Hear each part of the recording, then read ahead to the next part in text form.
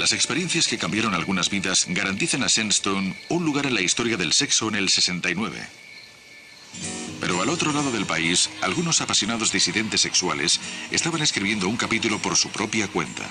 En los años 60, cuando empezó el movimiento de la liberación femenina, ya se veían las semillas del descontento erótico. Esas semillas germinaron hasta llegar a ser un movimiento que pondría en entredicho la validez de la revolución sexual.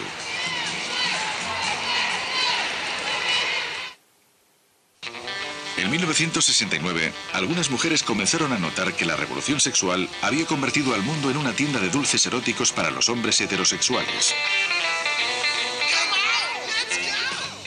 Había una doble moral, y la sexualidad era totalmente diferente para hombres y mujeres. Se culpaba a las mujeres, no a los hombres. Pero a los hombres siempre se les decía, salid, probadlo todo, disfrutad. Así es como ellos se convertían en hombres, pero una mujer no.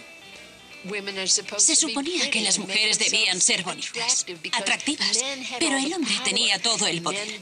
Los hombres dominaban a las mujeres. Ni siquiera podías pensar en tener nada con ellos en un primer momento. Así funcionaba el mundo. Y luego, de repente, se encendió la luz. Vimos que el sexo estaba en el centro absoluto de la opresión de la mujer.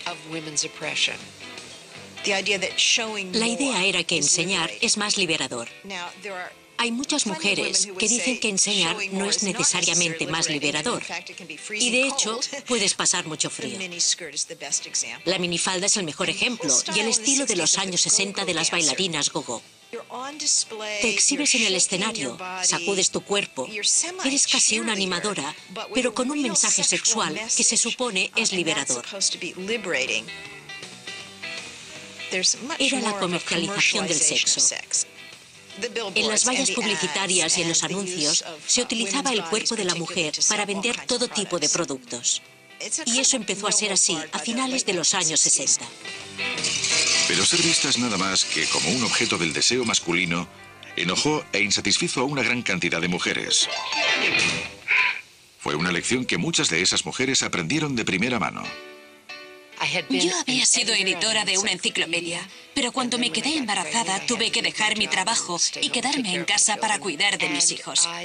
Pensé que se había acabado mi vida independiente, que había tenido una buena carrera, pero ahora tenía hijos. Y a partir de entonces todo iría cuesta abajo para siempre. Y entonces llegó el movimiento de liberación femenina y de repente podía tener una nueva vida. Yo había dejado un puesto de redactora de noticias en la cadena de televisión ABC para trabajar por cuenta propia como periodista en una revista. Empezó el movimiento de la mujer de la nueva era y yo estaba muy interesada. Quería escribir sobre ello. Esas disidentes sexuales se unieron en un nuevo movimiento que se llamaba feminismo radical. Y uno de los elementos principales de su agenda era la lucha por los derechos eróticos de la mujer.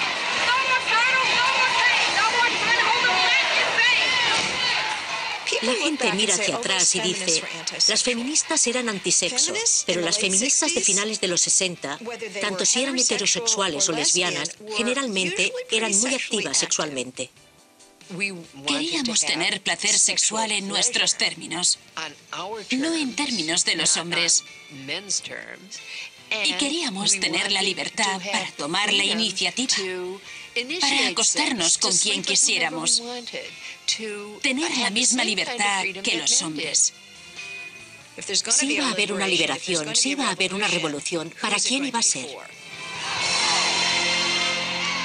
La revolución sexual de las rebeldes feministas buscaba formas de lanzar su mensaje. La emisión anual de una arraigada tradición parecía ser la oportunidad perfecta.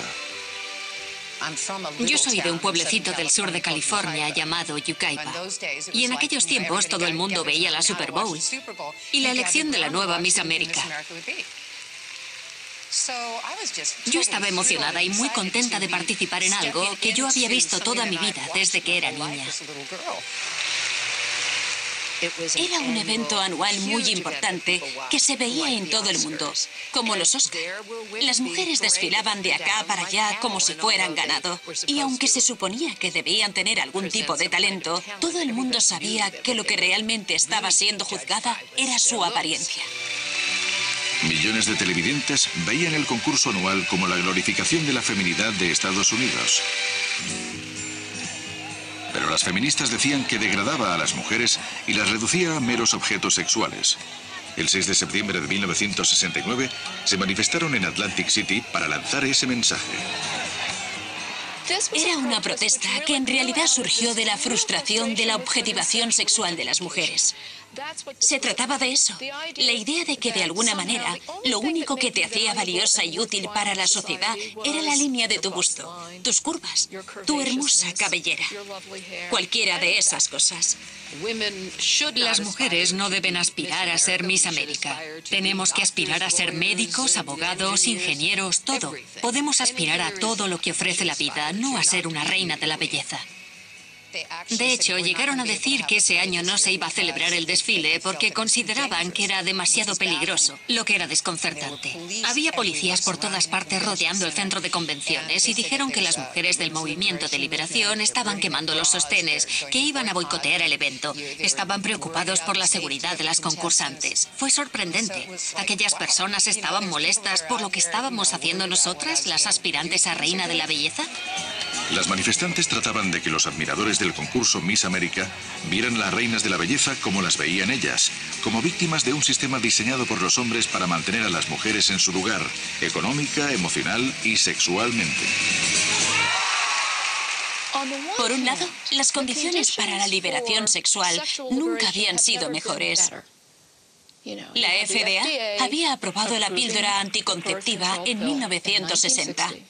Y eso significaba que para las mujeres se abrían nuevos horizontes sexuales. Sin embargo, existía desde hacía mucho tiempo la presunción cultural de que las relaciones sexuales debían ser de 3 minutos y medio. Y en la postura del misionero, muy variada.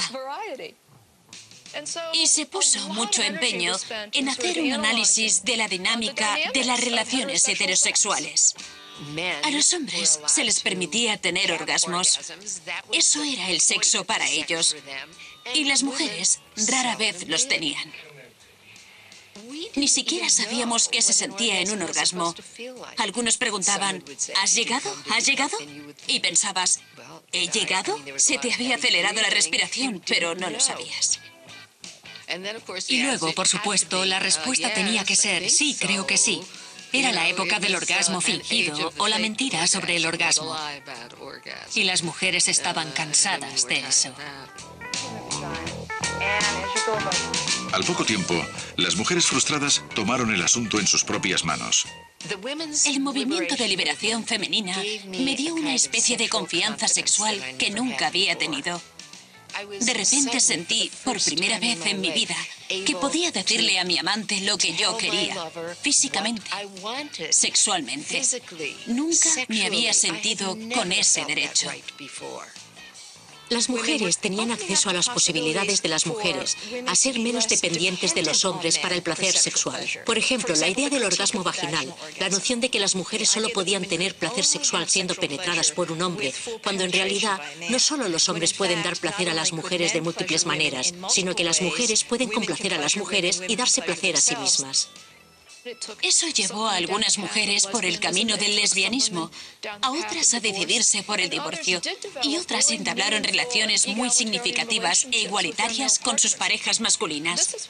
Por eso creo que se puede decir que el feminismo fue el movimiento que más influyó en la remodelación de la sociedad estadounidense, porque ninguna casa quedó intacta. La liberación de las mujeres propició todos esos cambios y tenían razón, pero cuando tienes 17 años estás en el concurso de Miss América y estás emocionada por formar parte de algo que has visto siempre. No puedes entender qué puede haber de malo en eso. No lo entendí en aquel momento, no podía entenderlo entonces, pero ahora lo comprendo. Y estoy agradecida al movimiento de las mujeres y todavía tenemos un largo camino por recorrer. Hay muchas formas de vida. Hay muchas maneras de tener relaciones sexuales satisfactorias. Hay muchas rutas diferentes a la satisfacción en la vida. Y creo que para las mujeres, este es el legado principal del movimiento feminista. 40 años más tarde, el movimiento que hizo su debut en Atlantic City ha transformado el sexo en Estados Unidos y ha ganado millones de escépticos para su causa. Pero las mujeres no fueron las únicas en salir a las calles en 1969 para exigir sus derechos sexuales. Cuando doblamos la esquina, acababan de asaltar el bar. Echaban a la gente y había alrededor de 100 o 150 personas en la calle. Dije, Dios mío, ha empezado la revolución.